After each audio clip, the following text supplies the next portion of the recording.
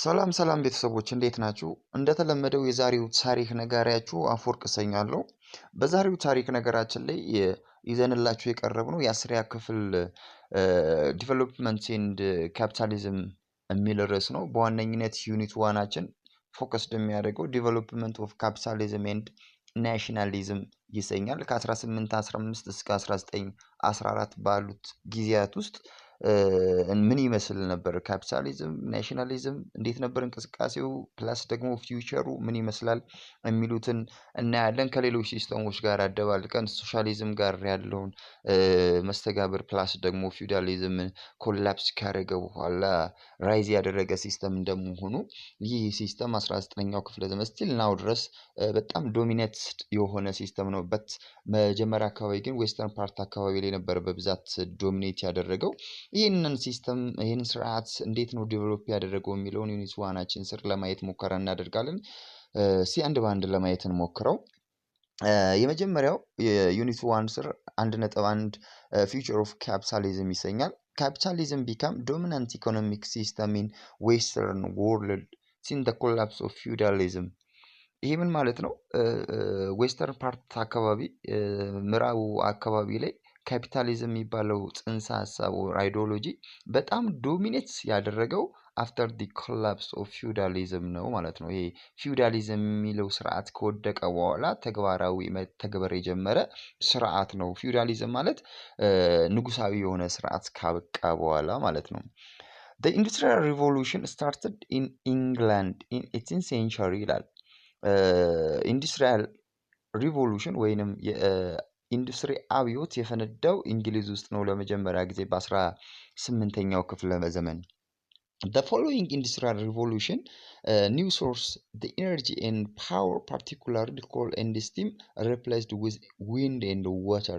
So ይሄ ኢንዱስትሪያል ሪቮሉሽን እንግሊዝ ውስጥ መፈንዳቱን ተከትሎ ሰዎች ሲጠቀሙ የነበሩት አስቀድሞ ከኢንዱስትሪያል ሪቮሉሽን እንደ ሶርስ ኦፍ ኢነርጂ ኮልን እና ስቲምን ነው። ይሄ እንፋሎትን እና የድንጋይ ከሰልን ነው። እነዚህ የድንጋይ ከሰልን እና እንፋሎትን ወደ ንፋስ ኃይል እና ወደ ውሃ ኃይል የቀየሩበት ስርዓት የተፈጠረበት ሰዓትም ኢንዱስትሪያል ሪቮሉሽን ይባላል። ይሄ ኢንዱስትሪያል ሪቮሉሽን በሌላ ቋንቋ ሲገለጥ the factory system replaced by domestic system፣ ሰዎች ዶሜስቲክ የሆነ ቤት ውስጥ ከመስራት ወደ ፋክትሪ ኦር ድርጅት ውስጥ ወደ መስራት ሪፕለስ የተሸጋገሩበት ዘመን ኢንዱስትሪያል ሪቮሉሽን ይሰኛል ማለት ነው። ኢንዱስትሪያል ሪቮሉሽን ፕሮሞትድ the development of a new socio-economical class ፕላስ ሌላኛው ደግሞ ኢንዱስትሪያል ሪቮሉሽን ሁለት ነገሮችን እንዲፈጠሩ አድርጓል። በተለይ ደግሞ ማህበረሰቡ ለሁለት እንዲከፈል ምንና ምን ተብሎ ነው? ቡርጃይዝ ኤንድ ፕሮክሌት ወይንም ይሄ ወርከር ክላስ፣ አበዳሪ ተበዳሪ፣ ሰሪ ማነው ቀጣሪ ተቀጣሪ፣ ሀብታም ድሃ የሚሉ በሁለት ጎራ የተከፈሉ ማህበረሰቡ እንዲከፈል ምክንያት ሆኗል ማለት ነው። ሌላኛው during the early modern period Europeans built transatlantic economic in which the slave trade and slavery played a key role. It used to fund Europeans industrialization.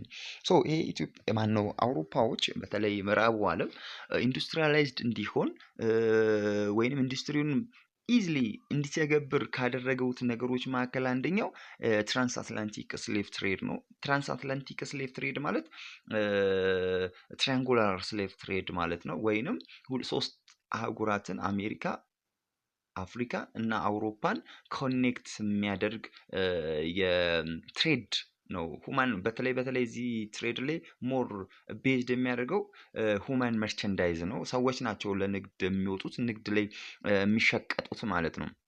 ሌላኛው the capitalist economy ነው። the mean of production owned by capitalist or bourgeois, the proletariat receive wage of their labor። ያው ቅድም እንዳልኩት ነው። ቡርጃይዝ የምንለው ብዙ ጊዜ አምራቹ የቀጣሪው ኃይል ሲሆን ሪቨርስ ነው። ፕሮሌታሪት ደግሞ ይሄ ወርከር ክላሱ ማለት ነው። the creation of products and service is based on demand and supply or free commerce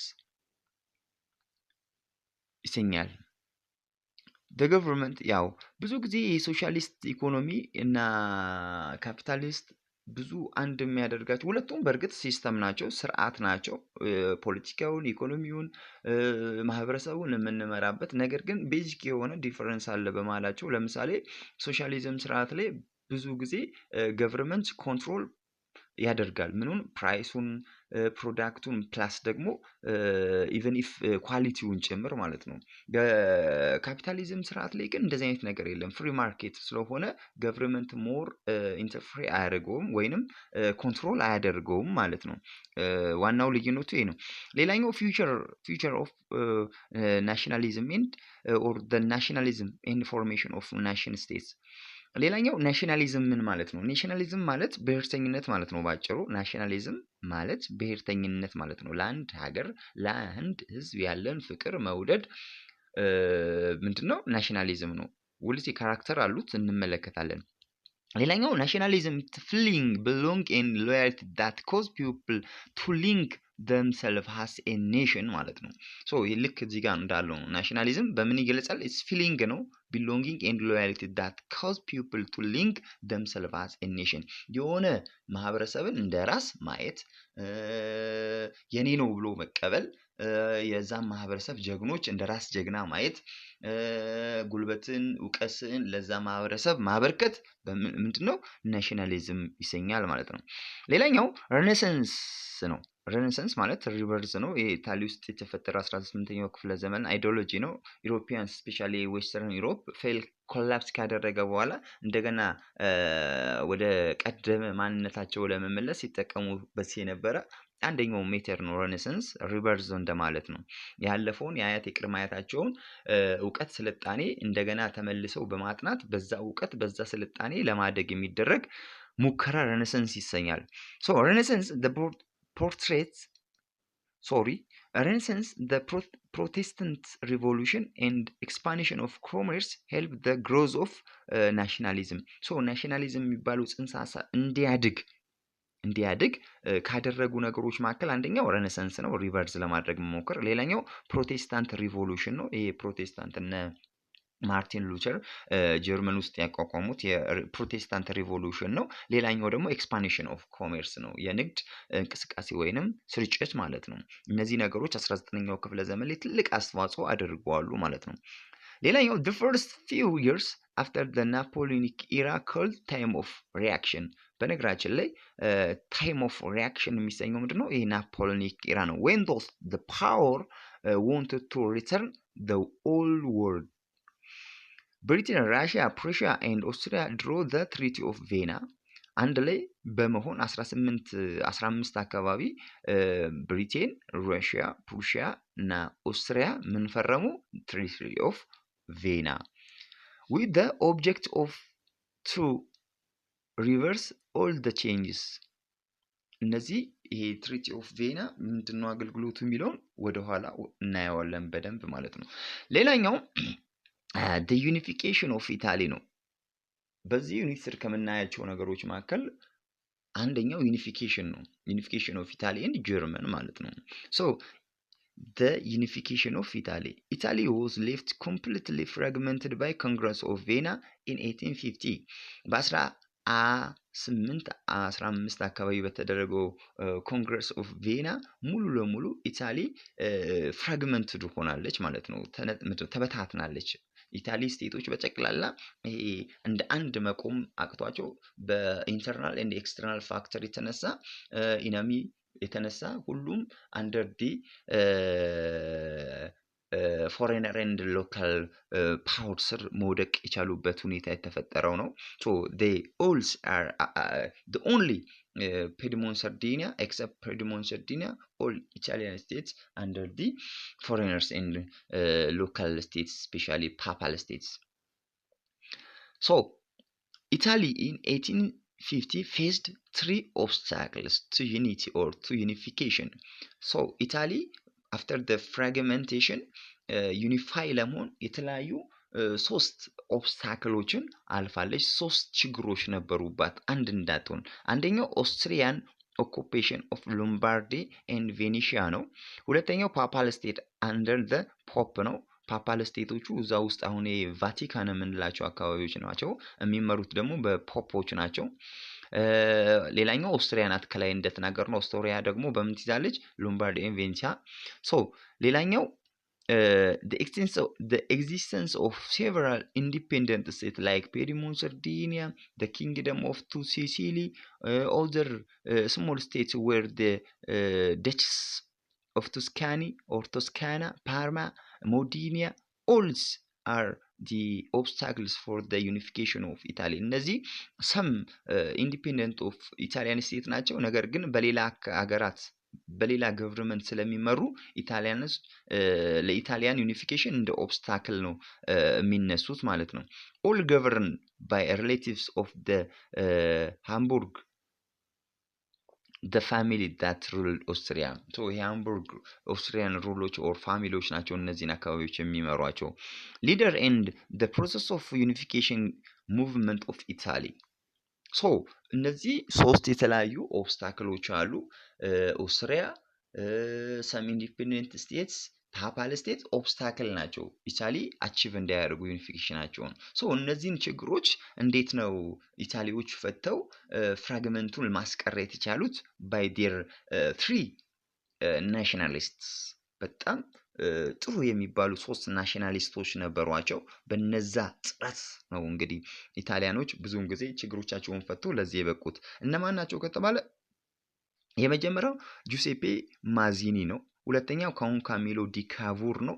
ሶስተኛው ደግሞ ጋሪባልዲ ነው። ጁሴፔ ጋሪባልዲ ይሰኛል። እነዚህ ሶስት ሰዎች የተለያዩ ሮሎችን ይዞ ነበር። ለምሳሌ ጁሴፔ ማዚኒ ሂያር ቪዥነር ህልመኛ፣ ተስፈኛ፣ ነገ ጥሩ ይሆናል ብሎ የሚያስብ ነው።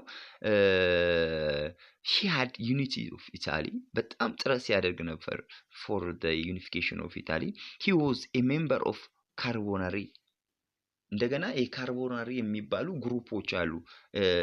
ሴክሬት ሶሳይቲዎች ናቸው። በሰዓቱ የነበሩ ውጪም የውስጥም ጠላቶችን በድብቅ የሚታገሉ ግሩፖች ናቸው። ሶ የዛ ግሩፕ ምንድነው? አባል ነው ማለት ነው። ማን? ጁሴፔ ማዚኒ። እንደገና ሌላኛው ደግሞ ኢታሊያን ዩኒፊኬሽን ፎርም ቱ አቦሊሽ ፎሬነር ሩልስ ኢን ኢታሊ ያው ካርቦነሪ ላይ ምንድነው ጆይን አድርገው ማለት ነው። ማዚኒ ፋውንድ ኤ ሙቭመንት ኮልድ ያንግ ኢታሊ እንደገና ወጣት ኢጣሊያኖችን ሰብስቦ ያታግል ነበር። he wanted to liberal democratic republic to govern united Italy ሪፐብሊክ ሆና ህዝባዊ መንግስት እንዲፈጠርም የሚፈልግ ሰው ነው ማለት ነው። ሌላኛው ካውን ካሚሎ ዲ ካቡር ነው ወይንም C3 ይሰኛል። he became prime minister of independent Italian states is called Piedmont Sardinia or Sardinia የሰርዲኒያ prime minister ነበር ማለት ነው። ኦስትሪያ was the greatest obstacle to Italian unity ያው ቅድም እንዳልነው ኦስትሪያ ናት በተለይ ፎሬነር ኦብስታክል የነበረችው ኦስትሪያ ናት። ያው እነ ፕሩሺያ ጀርመን አካባቢ ላይ ሰተል አሁኗ ጀርመን አካባቢ ላይ የነበረች ስቴት ናት ወይንም ላንድ ነበረች። ህዝቦች ናቸው የሚታገሉት። ከዛ በኋላ ነው ጀርመን ዩኒፋይ ከሆነች በኋላ እንደ ሀገር ቆማ አሁን ኦስትሪያ እንደ ሀገር የቆመችው። በፊት ግን በጀርመን ጥላ ስር ነበረች ማለት ነው። ሶ አንደኛዋ ከባዷ ለኢታሊያን ዩኒፊኬሽን እንደ ኦብስታክል የምትነሳው ማናት ከተባለ ኦስትሪያ ናት ማለት ነው። ካቡር ሰርች ፎር አሊያንስ አጌንስት ኦስትሪያ ካቡር ሰርች ማድረግ መፈለግ ጀመረ።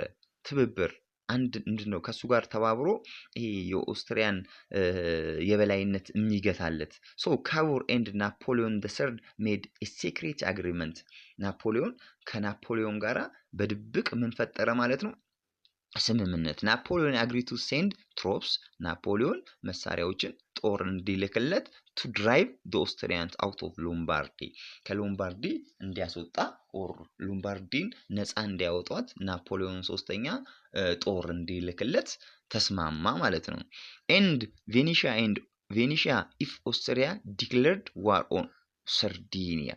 For this favor Cavour promised to give the region of ኒስ ኤንድ ሳቮይ ቱ ፍራንስ ሳቮይን እና ፍራንስን ለማን ሊሰጥ? ለናፖሊዮን ሶስተኛ። እንደሚታወቀው ኒስ አሁን ድረስ የማን ከተማ ናት ማለት ነው? የፈረንሳይ ማለት ነው። ሶ ይሄንን ግን አግሪመንት ዊዝ ሲክሬት የፈጸሙት ናፖሊዮን the third ከማን ጋር ነው? ከካቡር ጋር። ቢኮዝ ትሮፕ ሴንድ እንዲያደርግለትና እንዲያ ከኦስትሪያው ልዑል ጋራ ጦርነት እንዲገጥም እንዲያግዘው ማለት ነው። ሶ በዚህ አይነት ሳቮይና ፍራንስን ለመስጠት ተስማሙ። the combination or the combined Sardinia French force defeated the Austria. Sardinia got orderly. Parma, Modena, Tuscany drove out their pro-Austrian rulers and they voted to annex it to Sardinia. ሌላኛው ጁሴፔ ጋሪባልዲ ነው። ጋሪባልዲ በነገራችን ላይ የፔዴሞን ሰርዲኒያ ወይንም ካን ካሚሎ ስር ጄኔራል ነው፣ የጦሩ ወታደር ነው። እሱ ደግሞ ሲታገል የነበረው ምንድነው ጥሩ ወታደር ስኪልድ ፉል የሆኑ ሚሊተሪ ፎርሶችን ኦርጋናይዝድ በማድረግ ፕላስ ደግሞ ሬድ ሸርት አርሚ ፎርም በማድረግ ሬድ ሸርቲ ለባሾች ቀይ ለባሾች የሚባሉ ወታደሮችን በመሰብሰብ ስለነሱ በነሱ አማካኝነት የሚታገል ናሽናሊስት ነው። ሶ እነዚህ ሶስት ናሽናሊስቶች ጁሴፔ ማዚኒ፣ ካውን ካሚሎ ዲ ካቡር እና ጋሪባልዲ አንድ ላይ በመሆን ለጣሊያን ዩኒፊኬሽን የታገሉ ቤስት ኢታሊያንስ ናሽናሊስት ኦር ታጋዮች ናቸው ማለት ነው። ሶ እነዚህ ሶስት ታጋዮች የተለያዩ ኦብስታክሎችን በማስነሳት ለምሳሌ ኦስትሪያን በመውረር በማስታገስ በማስወጣት ጣሊያን ፋይናሊ አቺቭ እንድታደርግ ፕሮሰስዋን አድርጓሉ። ስፔሻሊ 1861 አካባቢ the kingdom of Italy ስታብሊሽ እንዲሆን ምክንያት ሆኗል። ስታብሊሽ መሆኑ ብቻ አይደለም፣ ከተደረገ በኋላ ደግሞ እነዚህ ሶስት ኢታሊያን ናሽናሊስቶች ተሰብስበው ለኢታሊያን ምን መረጡላት? የመጀመሪያውን ፕራይም ሚኒስተር ኢማኑኤል ዘ ሰከንድ ኦር ቪክተር ኢማኑኤል የሚባል ሰውን እንደ ኪንግ አድርገው አስቀመጡና ኢታሊያኖች ምናቸውን ጨረሱ ማለት ነው? ዩኒፊኬሽናቸውን መጨረስ ቻሉ። ዩኒፊኬሽን ኦፍ ኢታሊ በዚህ አይነት መንገድ ብዙ ችግሮችን ካለፈ በኋላ አቺቭ ማድረግ ቻሉ። የራሳቸውን ብዙ ነገሮች ውስጡ ቢኖሩትም ማለት ነው። ሌላኛው ዩኒፊኬሽን ኦፍ ጀርመኒ ነው። ዩኒፊኬሽን ኦፍ ጀርመኒ after the Congress of Vienna created German Confederation which consisted 18 separate autonomies 39 የተለያዩ ስቴቶች አፍተር ዲ ኮንግረስ ኦፍ ቪየና እንዲፈጠሩ ምክንያት ሆነዋል። በዚህ የተነሳ ነው እንግዲህ ጀርመኖች ፍራግመንትድ ሆኖ ለብዙ አመት አንድ ዩኒፊኬሽናቸውን ኦር ዩኒየን ሳይሆኑ ኮንፌዴሬት እንደሆኑ ሊቆዩ የቻሉት። ሌላኛው ፎርስ that opposed the unification of Germany ምንድነው? ጀርመኖች አንድ እንዳይሆኑ ለብዙ ዘመን እንደተለያዩ እንዲቆዩ ምክንያት የሆነው ደግሞ ምንድነው? ኦብስታክሉ? ልክ ኢታሊ ላይ እንዳነሳ ነው ከተባለ የተለያዩ ኦብስታክሎች አሉ። እዚህ ላይም እንመለከታቸዋለን ማለት ነው። foreigner power namely Austria, Russia and France. The first obstacle, small German states who fear Prussia domination. እነዚህ ስሞል ጀርመን ስቴት የምንላቸው ፍርሃት ነበረባቸው። ምንድነው? ቀድሞ ሲገዙ የነበሩት በኦስትሪያ ነው። ኦስትሪያኖች ናቸው ሲያስተዳድሯቸው የነበረው በኮንፌዴሬት ሲስተም። ነገር ግን በፕሩሺያ ስር ቢጠቀልሉ ልክ ኦስትሪያ ሳታደርግባቸው የነበረው በደል ቢቀጥልስ የሚል ፊር ነበረባቸው። ስለዚህ ፎር ደ ጀርመን ዩኒፊኬሽን እንደ ኦብስታክል ናቸው ማለት ነው። ሌላኛው ካቶሊክ ስቴት ናቸው። ካቶሊክ ስቴቶች ደግሞ ፍርሃት ነበረባቸው። ቢኮዝ በዚህ ሰዓት አካባቢ ላይ ስፔሻሊ 18ኛው ክፍለ ዘመን አጋማሽ አካባቢ ላይ እነ ማርቲን ሉተር ፕሮቴስታንት የሚባለውን ሃይማኖት ኢመርጅ ያደረጉበት ሰዓት ስለነበር ካቶሊክ የሚባለውን እምነት አስጥለው ፕሮቴስታንት ያደርጉናል የሚል ፍርሃትም ነበረባቸው። ስለዚህ ጀርመን አንድ እንዳትሆን ሶስት ችግሮች ነበሩ። አንደኛው ፎሬነር ኢነሚ፣ ሁለቱ ደግሞ ኢንተርናል ናቸው። ፎሬነሮች ኦስትሪያ፣ ፕሩሺያ እና ፍራንስ ሲሆኑ ኢንተርናሉ ደግሞ ፍርሃት ነው፣ ፊር ነው። ምን አይነት ፊር ከተባለ አንደኛው ፕሩሺያ ስር ብንጠቀለል ልክ እንደ ኦስትሪያ ፕሩሺያ ጫናኛ ላይ የማታደርስበት ምክንያት ምንድን ነው የሚል። ሁለተኛ ደግሞ ካቶሊክ ፊር ነው፣ ፕሮቴስታንት ቢያደርጉንስ የሚል ማለት ነው። ሶ በእነዚህ ምክንያቶች የተነሳ ጀርመናውያን ለብዙ ዘመን በተለያየ ቦታ በተለያየ አቅጣጫ አንዳቸው ወደ አንዳቸው እንኳን በትሬድም በምንም ሳይገናኙ ለብዙ ዘመን መቆየት ቻሉ ማለት ነው። ነገር ግን በዚህ ሰዓት ላይ ፕሩሺያ የምትባለውን ስቴት ኢንዲፔንደንት ስቴት ኦፍ ጀርመን ሲያስተዳድር የነበረው ኪንግ ዊልሃም የሚባል ሰው ነበረ። እሱ ምን አደረገ? አንድ ሰውን እንደ ቻንስለር አድርጎ መረጠ። ኦቶ ቫን ቢስማርክ ይባላል። ኦቶ ቫን ቢስማርክ ቻንስለር ነው። ቻንስለር ማለት ፕራይም ሚኒስተር ማለት ነው። ሶ ፕራይም ሚኒስተር አድርጎ ሾሙ። ልክ ፕራይም ሚኒስተር እንዳደረገው ግን ፖሊሲን ያወጣው ምን ፖሊሲ? ዞልቨሪን የሚሰኝ ዞልቨሪን ማለት ከስተም ዩኒየን ወይንም ምንድነው ስትሮንግ ኢኮኖሚክ አሊያንስ ዊዝ ጀርመን ስቴትስ መፍጠር ማለት ነው። በጀርመናውያን ስቴቶች መካከል በአንደኛው ከአንደኛው ጋራ በመሃላቸው ስትሮንግ የሆነ ምን ኢኮኖሚካል አሊያንስ ከስተም ዩኒየን ዊዝ ፍሪ ታክስ ኤንድ ታሪፍ መፍጠር ማድረግ ማለት ዞልቨሪን ይሰኛል። ሶ ይህንን ሲስተም ፈጠረ ማለት ነው። በመጀመሪያ ደን እንዴት አድርገን ነው የውጪ ኦስትሪያን፣ ፕሩሺያን፣ ፍራንስን የምናስወጣው የሚለውን እቅድ ሲያወጣ ደግሞ ሁለት ፖሊሲዎችን አወጣ። ሪያሊቲ ፖለቲክስ እንድ ብለድ ኤንድ አይረን ፖሊሲ የሚሰኝ። ሪያሊቲ ፖለቲክስ ማለት ዲፕሎማሲ፣ በዲፕሎማሲ አንደኛው ከአንደኛው ጋር ተነጋግሮ ችግሮቻቸውን መፈተው ከጀርመን ስቴት እንዲወጡላቸው ነው። ሁለተኛው ደግሞ ብለድ አይረን ያ ካልተሳካ ወደ ጦርነት በመግባት በጉልበት የያዙትን ቦታ ማስለቀቅ። ሶ ዲፕሎማሲው አልሰራም። ፋይናሊ ግን ጦርነት ብለድ የሚፈጀውን ጦርነት ማድረግ ነበረ። ሶ ማድረግ ነበረባቸው። ዳኒሽ ዋር፣ ሰቨን ዊክ ዋር፣ ፍራንኮ ፐርሺያን ዋር፣ እነዚህ ሶስቱን ጦርነቶች አደረጉ። ዳኒሽ ዋር ከዴንማርክ ጋር የተደረገ ጦርነት ነው። ሰቨን ዊክ ዋር የሰባቱ ሳምንት ጦርነት ከኦስትሪያ ጋር የተደረገ ጦርነት ነው።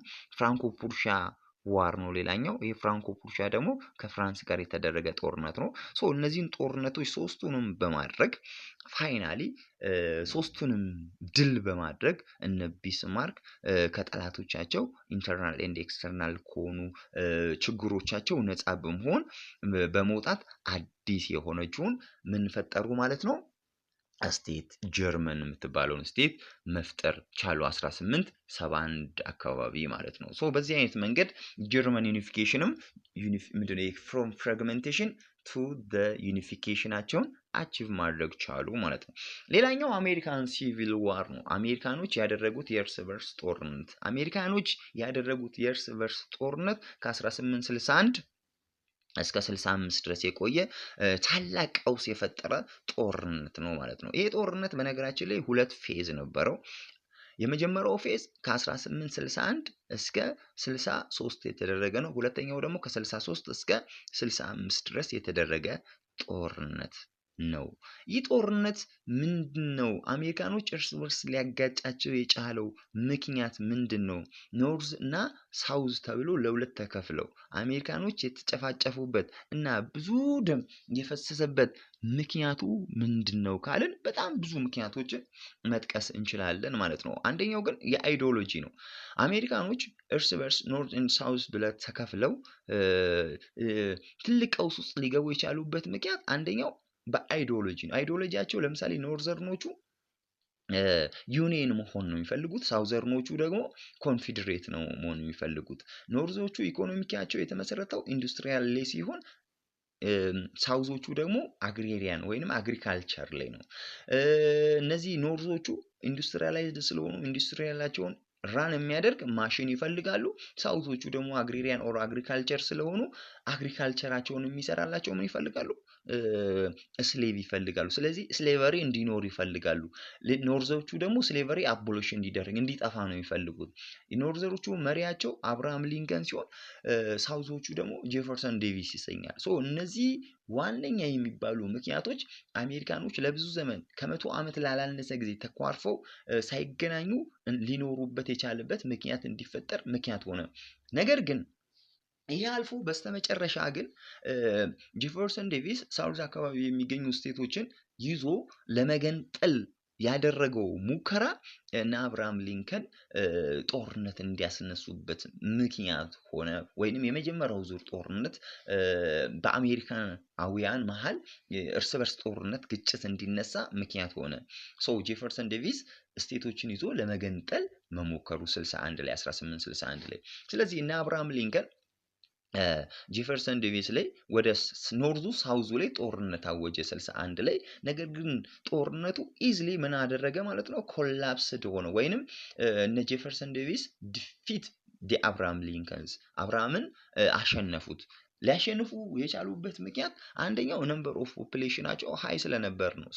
ሳውዞቹ ምክንያቱም ሳውዙ ስሌቭ ብዙ ስለነበረ ብዙ ስሌቭ አለ ማለት ብዙ የሰው ኃይል ይኖራል ነው። የሰው ኃይል ካለ ደግሞ ብዙ ወታደር ይኖራል። ይህን ብዙ ወታደር ኃይል በመጠቀም 1861 አካባቢ ላይ እነ ጄፈርሰን ዴቪስ የተቃጣባቸውን ጦርነት በቀላሉ ድል ማድረግ ቻሉ። ሁለተኛው ጦርነት ከመደረጉ በፊት ግን እና አብርሃም ሊንከን ወደ ሀገራቸው ሸሽተው ራሳቸውን ማደራጀት ጀመሩ። ኢንዱስትሪያላይዝድ ስለሆኑ ብዙ መሳሪያዎችን ማምረት ጀመሩ። ብዙ ስኪልድ ፉል የሆኑ ወታደሮችን መመልመል ጀመሩ።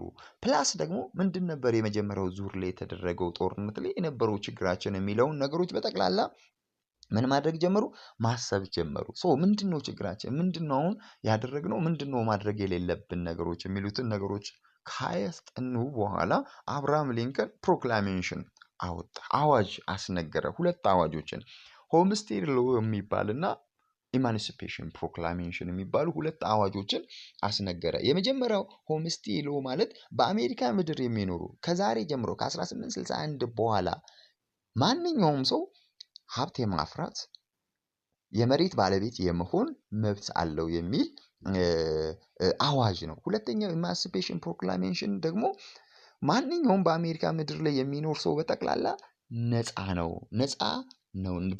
ባርነት የሚባል የለም በምድር ላይ ብሎ አዋጅ አስነገረ። እነዚህን ሁለት አዋጆች ተከትሎ ግን ሳውዝ ፓርት ኦፍ አሜሪካ ላይ የሚገኙ ስሌቮች በጠቅላላ ማስ ወደ ላይ ወደ ኖርዘርን ፓርት ኦፍ አሜሪካ ምን ማድረግ ቻሉ?